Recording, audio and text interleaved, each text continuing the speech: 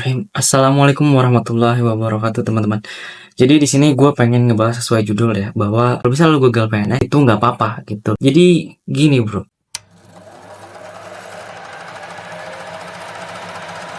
kalau misalnya lu gagal PNS, nggak berarti hidup lu udah hancur gitu.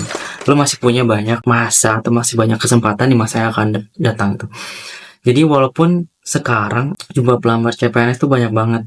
Nah, gue berasumsi kenapa banyak banget, karena PNS ini masih menjadi pekerjaan yang diidam-idamkan oleh kebanyakan masyarakat Indonesia gitu. Yang rata-rata, misalnya gue tanya dari teman-teman gue aja, kalau nggak ke keluarga gue kenapa jadi PNS, karena kestabilan dan keamanannya gitu. Aman dari apa? Dari PHK, inflasi. Kalau misalnya swasta, mereka tuh banyak yang takut karena PHK dadakan dan tiba-tiba nggak bisa nyari kerjaan di waktu yang terbatas sementara kebutuhannya terus mendesak gitu. Kalau wirausaha itu juga banyak yang takut dengan kegagalan dan nggak bisa bangkit lagi gitu dan untung-untungan gitu. Nah di sini gue pengen garis bawahin, gue udah ikut tes CPNS tuh 5 kali 4 kali gagal. Nah, di setiap kegagalan, ya memang rasa kecewa ya, tapi kecewa bukan karena gua gagal dan gak bisa jadi PNS, tapi lebih karena mengecewakan orang tua gitu. Nah, mungkin sebagian kalian juga kayak gitu, tapi percaya deh, gue pengen ngasih tahu bahwa kesempatan itu nggak hanya di PNS saja, terutama ya buat teman-teman atau buat kalian yang nonton dan kesempatan CPNS tuh habis gitu. Kalian harus yakin yang pertama itu rezeki Allah itu sangat-sangat luas tersebar di muka bumi. Kalian harus cari dimanapun itu, bahkan mungkin sampai ke luar negeri. Walaupun emang sulit, tapi gini bro, gue pernah ada di masa nganggur dalam waktu yang lama, tapi gue masih bisa hidup gitu. Ya di saat nganggur itu jangan diartikan gue nggak berbuat apa-apa dan hanya bergantung dari pemasukan di luar dari yang gue usahakan. Tapi gue tetap berusaha juga. Tapi di saat gue nganggur, Allah itu maha baik bro, maha besar. Allah itu masih sayang sama kita, masih ngasih kita rezeki, masih bisa ngasih kita makan, masih ngasih kita tenaga untuk nyari pekerjaan baru lagi. Nah itu yang harus disyukuri gitu, dan itu yang gue pengen bagikan ke teman-teman gitu. Jadi jangan menyerah ketika lu nganggur gitu. Misal lu nganggur, lu nggak dapat kerjaan yang lu pengenin, khususnya PNS, itu nggak apa-apa, lu masih bisa cari kesempatan lain. Apalagi kalau misal lu gagal PNS tapi lu masih punya kerjaan, itu lu syukurin aja gitu, karena menurut gue nggak ada yang pasti gitu. Apalagi kalau misal lu hanya bergantung ke PNS, menurut gue lu udah mengkerdilkan kekuasaan Allah gitu. Masa iya di Al-Quran, padahal nggak ada loh, di Al-Quran itu nggak disebutin kerjaan lu harus jadi pekerja pemerintah gitu. Memang ada referensi dari beberapa sahabat ya, dan bahkan Nabi Muhammad aja jadi pemimpin gitu, tapi nggak spesifik kan, nggak spesifik kalau kerjaan itu yang bikin lu makmur di PNS, enggak, malah berdagang gitu. Terus itu alasan pertama yang perlu lu yakinin adalah kebesaran Allah. Nah poin kedua adalah kita harus punya keyakinan diri bahwa kebebasan finansial itu nggak cuma di PNS. Ini jujur ya, PNS itu gajinya sangat-sangat bisa ditakar. Lu bisa lihat di internet lah, gaji berapa, tunjangan berapa. Ya walaupun ada kenaikan di tiap tahun. Kalau misalnya lu nyari kerjaan di luar, itu lu bisa aja dapat yang bagus ya. Walaupun swasta ya banyak juga yang UMR.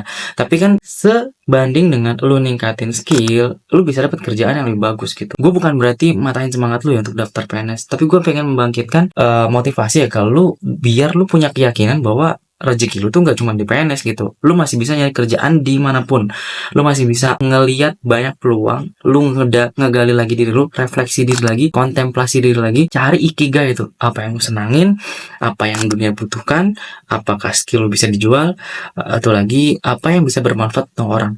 Itu lu cari, lu bisa kembangkan gitu. Sekarang itu kesempatan udah luas banget. Banyak pekerjaan-pekerjaan freelance yang bisa lu dapetin dengan gaji puluhan juta dengan lu hanya bekerja di rumah gitu, tapi klien lu udah lagi itu banyak. Apalagi gini, gue punya kenalan di mana banyak kenalan gue ini yang temennya itu pengusaha gitu, dan kalau misal dibandingin nih, mereka tuh hidupnya emang struggle di usahanya dia, tapi pendapatannya juga banyak. Iya walaupun itu outlier ya, pencilan atau sebagian kecil, tapi kesempatan itu kan pasti ada kan. Jangan mau kalah sama orang yang main judol itu, walaupun 20% kesempatan dia untuk menang, itu dia tetap ambil gitu. Bahkan kalau pemain judol itu dia tahu kesempatan 0,1%, dia bakal tetap ambil, asal mau kalah sama pemain judol. Atau bahkan ada yang bilang PNS tuh kayaknya nyantai, enak, kerja berangkat jam 8, pulang jam 4. Mungkin iya, tapi nggak semuanya. Dan yang gue jalanin nggak semuanya kayak gitu. Banyak kerjaan-kerjaan di PNS juga yang lu sama kayak di swasta lah, lu dapet job desk A tapi lu bisa ngerjain kerjaan yang A B C gitu, karena mungkin aja di departemen, divisi atau organisasi lu itu kurang orang gitu, lu terpaksa harus ngebantuin. Dan mindset PNS itu adalah kolaborasi kan. Jadi lu nggak bisa nyelesain suatu tugas itu sendirian, atau nggak bisa lu tiba-tiba cuek gitu sama tugas organisasi lu, itu nggak bisa. Jadi lu akan sibuk lah, relatif sibuk gitu, nggak sesantai orang-orang yang lu lihat gitu, nggak sesantai orang-orang yang diberitakan gitu. Mungkin ada, tapi gua nggak tahu ya, karena lingkungan gua itu sibuk banget. Yang kedua adalah fleksibilitas ini sebenarnya jadi pisau bermata dua gitu.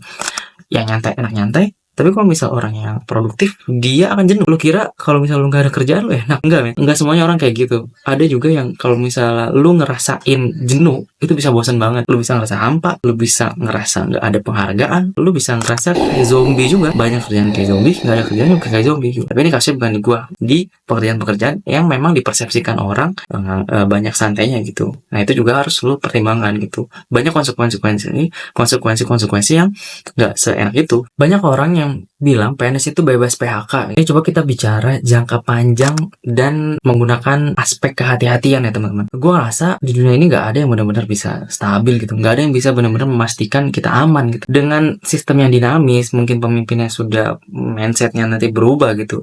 Bisa aja PNS itu bukan jadi pekerjaan yang aman lagi, men. Bisa aja nanti ada proses mindset gitu, atau ada competitive mindset, atau meritokrasi gitu. Kalau misalnya lu ngerasa aman, lu malas untuk mengembangkan diri, lu nggak akan bisa survive. Di masa tua lu bingung ngapain, nikmatin gaji pensiun doang gitu. Pekerjaan lu ya lu terima gaji doang gitu. Ya lu akan di situ-situ aja gitu. Itu akan sayang, ngebuat lu jadi kayak yes bos aja gitu. Otak lu mungkin akan kurang kreatif dibandingkan orang-orang yang terus merasa nggak aman dan terus mengembangkan diri gitu. Jadi lu punya banyak skill. Nah, ini perdebatan beda lagi ya, yang nggak akan gue bahas di sini antara spesialis dan generalis. Itu yang perlu diperhatikan di poin kenapa nggak apa-apa juga jadi PNS. Nah, yang terakhir gini teman-teman, itu dia punya sistem yang rumit banget. Jadi lu punya tantangan sendiri kalau misalnya lu bekerja di birokrasi. Kayak misalnya jenjang keputusan yang diambil itu rumit banget.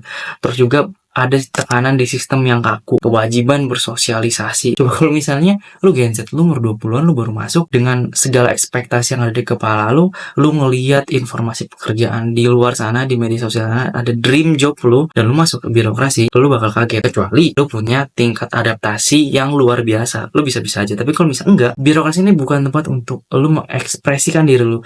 Lu harus banyak-banyak menekan ekspresi lu gitu, ekspresi kekecewaan, ekspresi senang, ekspresi lu punya skill. Enggak semua, mungkin ada juga organisasi yang memang mendukung apa yang lu punya gitu, mendukung kepribadian lu, tapi nggak semua gitu. Itu yang harus lu perhatiin. Misalnya lu gagal, atau misalnya lu nggak mau banget nih jadi PNS tapi disuruh orang tua lu, ya nggak apa-apa nggak jadi PNS. Gue pengen ngasih harapan ke lu bahwa PNS ini bukan satu-satunya jalan. Sayangnya persepsi masyarakat Indonesia masih seperti itu gitu, dan gue merupakan salah satu orang yang resah kenapa harus di PNS gitu. Jangan menyerah, terus berusaha, terus meningkatkan skill dan cari yang terbaik. Insya Allah nanti dapat. Oke, buat teman-teman yang mungkin lagi gagal, lagi ngedown, atau lagi nggak mau jadi PNS, silahkan tulis komentar di bawah. Kalau misalnya suka video ini, klik lonceng dan subscribe. Mungkin dari gue cukup sekian. Terima kasih. Mudah-mudahan bermanfaat. Wassalamualaikum warahmatullahi wabarakatuh.